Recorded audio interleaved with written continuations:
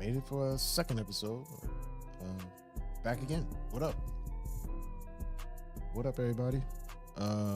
This episode gonna be short and sweet because I'm still pissed off from what happened Sunday. So yeah, you're not gonna get too much of you ain't gonna get too much out of me because I don't even want to talk about what happened Sunday. I might have to for a few minutes, but yeah, I really don't feel like even mentioning what happened Sunday. Uh, terrible what went down. But anyway, as you can see in the background, uh, this episode very quickly is going to be about mid-season NBA awards. Who do you feel is the MVP? Six man, the roundabout, awards. Halfway through the season, not really looking forward to the NBA weekend, however, because it seems pretty weak to me. But who do you think, halfway through the season is, even with people missing games, the new rules they got where you miss, a certain amount of games, you can't get certain awards, accolades if you miss a certain amount of games. So anyway, how about we change this? Oh, yeah. All right. However, I will spend a few moments talking about, Jesus Christ, what happened. What happened? Yeah, what happened Sunday? I missed. Backtrack a little bit. I missed last week. I was out of town last week, so I didn't really. I thought I was gonna be able to get an episode in. No, it didn't. It just didn't happen. Flight was late. Not late, but it was later, and I didn't get until late. So that was a whole situation in itself. But I'm here. I'm back. Ready to roll. Other than hanging out, Sunday was very terrible, to say the least. As far as football goes, Sunday was great though. It was actually great, but Sunday was terrible as far as the Niners go. Real quickly, let's I'll backtrack. I know I avoided the whole week not talking about it, not looking at any sports talk, radio, TV, whatever. Thought I was going to avoid talking about it today and just go straight into basketball, but whatever. I'll talk about it for a second. I waited just to see what was going to happen. I didn't want to, be a Monday morning quarterback. I was going to come on the day after. Didn't. I just wanted to see what would unfold in a week span. And I see they fired the defensive coordinator. Whether it was plausible or not, whatever. I believe they should, if they're going to fire that guy, I believe there's only one person they should go and look for, and that's Rex Ryan. Anybody else is a waste of time. As far as the head coach, I would say fire him as soon as the clock hits 0. But who in the hell else you gonna get to replace him? Is the answer. So I would say fire him, but who you gonna get to replace him? There's nobody out there better than. I would say Belichick. I don't know. I still would put. I don't know. I still would put Shanahan past Belichick even at this point. Maybe I may be off my rocker. I don't know. But these two guys, I believe, were the reason we lost the game. It wasn't Purdy. It wasn't the receivers. It wasn't nobody. It was only the one asshole. Well, sorry, 2 assholes on the sideline coaching the game. They pitched a perfect game in the first half, defense and offensive wise. Maybe he could have did a little better in the off, calling plays in the office. But to me, it was great in the first half. And for the life of me, I do not understand why they would change up the game plan let's go defensive wise first, and continuously choose to blitz and fail time after time after time again in the second half after you didn't do it in the first half and pitch damn near a shutout. I chose to switch up the game plan. No fucking clue at all. It's probably why he fired his ass. For whatever. I don't know why he fired him. I'm hearing that the players really didn't buy into him. For whatever reason, they didn't buy into what he was doing. Even though they still played good throughout the season, they still didn't buy into what he was selling. So I guess collective bunch said, all right, you got to go. Now, as the damn head coach, why he chose, I believe, not to go to the best player on the field, which is McCaffrey. He was playing better than Mahomes at the time. And I believe he played better than throughout the game until towards the end when this asshole decided to blitz every play and made it easy for Mahomes to carve him up. But for the life of me, I don't understand Kyle wanting to put the game in Purdy's hands and make him throw 100 times when he had the best player on the field playing the best. So, yes, head coach lost the game and the defensive coordinator lost the game. You have a person out there for the defensive coordinator. You can, if you want to hire, that's Rex Ryan. To me, I would hire Rex Ryan for the defense. The head coach, throw it up in the air. I don't know. Keep him.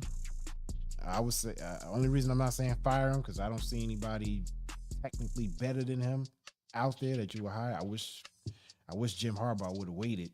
Maybe he would have probably took the 49ers job instead of Chargers. I would have damn sure said, Jim Harbaugh, come and coach these guys and get rid of this asshole who believes in throwing the ball 75 fucking times a game instead of giving it to your best player, which was the running back. But anyway, there you go. There's my little rant. And I'm pretty sure as long as this guy's the fucking head coach, we will never win a championship. That sucks. And I said Kansas City will win. Based off the fact of what I seen Kyle Shanahan do in previous. He lost the last Super Bowl for the same reason. He lost the Super Bowl when he was the offensive coordinator for Atlanta. He lost the Super Bowl for those with the same fucking call plan. You would think a guy like that would learn his lesson, but no, he's smarter than everybody in the room. Yeah.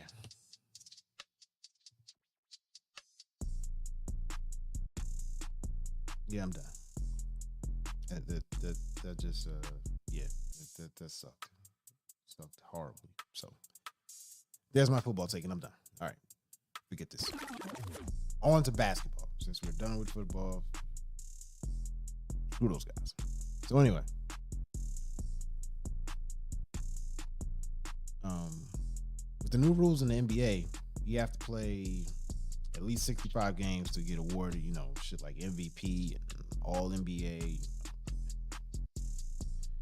I don't know. I don't even understand why guys don't want to play the whole season. And I can make that a whole nother show on whether you think it's better to have these guys sit multiple games and extend their career, or back in the day play 82 games and get the best out of them for a decade, a dozen years, maybe 13, 14, maybe. But that's I can make a whole nother show about that. But anyway, let's start with the MVP. MVP of the first half. Up until a point, it was, I would say, Embiid. With a close Jokic. But since this guy went down with another injury, unfortunately, it looks like Jokic. I personally will take Shea. Shea Gilgeous-Alexander from the Thunder as half season MVP. That's just my opinion. I mean, there are other guys. You could throw, Giannis in there, or even Tatum. But I say SGA is mid-season MVP to me. You can, if you want to debate that or not, whatever. But that's what I feel. Defensive player of the year so far. Now, I really don't like this guy. He sucks to me. But I would say Rudy Gobert. Can't believe I'm saying Rudy Gobert, but probably since they have the number one defense in the league, I'm pretty sure that has a lot to do with him. And they're number one in the West, number one defense in the league, I believe. And you have, some would argue, maybe Jaren Jackson with the amount of blocks he get, but their team sucks. So, you have other candidates like Anthony Davis, OG Anunoby, maybe even Kristaps. But I would go Rudy Gobert, probably, with that. Most improved. I think this isn't even a contest. I would say Tyrese Maxey. He's been hooping. I think he averaging like 26, 27, some shit like that a game. You have other guys like Tyrese Halliburton stepped up, Kobe White from the Bulls. But Tyrese Maxey is probably going to get it for the season as long as he don't get injured. I would give it to Maxey. So, six man, you got guys like Tim Hardaway, Malik Monk from the Kings, Norman Powell from the Clippers, Nas Reed, big man from the who's a long shot probably from the Wolves. I don't know. I would probably go Malik Monk, maybe. Although Tim Hardaway has been putting up numbers, I'll go Malik Monk. If you want me to stand on something, I'll say Malik Monk. Even though Tim Hardaway might slightly be playing a little bit better, maybe I'll say Malik Monk. Or sixth man of the year. You got rookie of the year. Now, I guess hype, whatever. People are saying Victor Wembanyama. I think I said it right.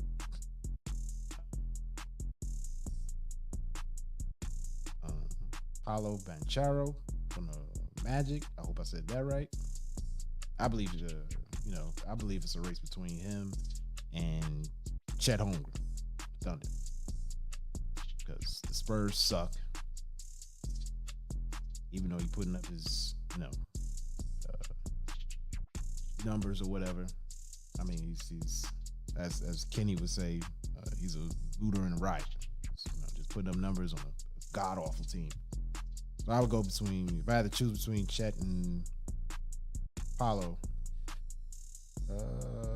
At this point, I probably would have said Paolo earlier, but Chet has a lot to do with why the Thunder are winning, and he's putting up pretty good numbers as well. So Chet Holmgren for rookie of the year. They also got some new shit I didn't even know they had. I don't know how new it is, but it's clutch player. Yeah, I didn't even know. I don't even know how long it's been around. Got to be like maybe a handful of years, if at best. But of course, they have candidates. The candidates that they have are Steph, Dame, easy two to pick from. But by the numbers, they have Tyrese Halliburton up there as one of the best clutch players of the season. Now, it'll probably be I would probably go with Steph. Just going by the games I've seen, probably Steph. But Tyrese Halliburton sounds like a good pick as well. Dame is maybe he has been contributing much more in the fourth, maybe, but it just seems like it takes him forever to get going through the game. But I guess I guess he gets around in the fourth quarter, and there you go.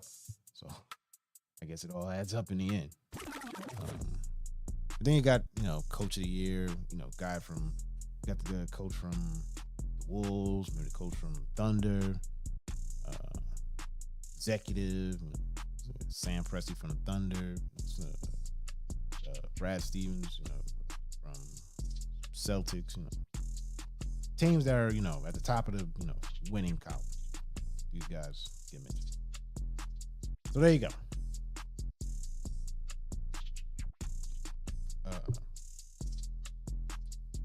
That's the list I got.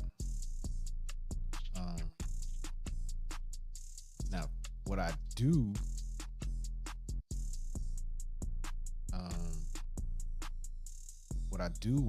would like to get into one day is how players today in all maybe all the sports, maybe not hockey. Baseball, they do it. Basketball, they damn sure do it. Football, they can't afford to do it. Is with these taking games off. Why take games off? Like these guys take games. Oh, I played, back to back. 3 games, 4 nights, or I got to sit down. And what they tell me, I got to sit down, to rejuvenate myself. To extend my career. Or they just don't want to do it. Why stop? So I'm just saying, what's the difference between the athletes today and the athletes in the past? Why these guys can't play 82 games, but they have more superior technology advancements than the guys from the past, and these guys played 82 games like it was nothing. I don't think it has nothing to do with technology at all. I think it's just these guys are soft. My personal opinion, they just don't want to play. Don't want to play at all. These guys don't have the mental capability of playing 82 games because these guys are just too soft. I'm sorry. The guys from back in the day wanted to play 82 games. These guys, played 2 games in a row, and now they need to sit out a whole week. That's pretty much what you get from today's athlete. Today's athlete is soft as Charmin. I believe there's no real tough guys. As far as hell, even in football, if these guys could get away with sitting down, these guys sit down too, probably. But these guys can't afford to sit down because the season is so much shorter, and you got to show what you're worth every single game. So, but like I said, this is quick. Take up too much of your time. Not long at all. Just wanted to get that off my chest. Next week, I'll have a bunch of guys on. Maybe we could go back, rehash what I talked about just now, and anything new that pops up. But for now, I'm going to leave it here. I'm going to let you guys get back to whatever you're doing. But for now, I'm out of here.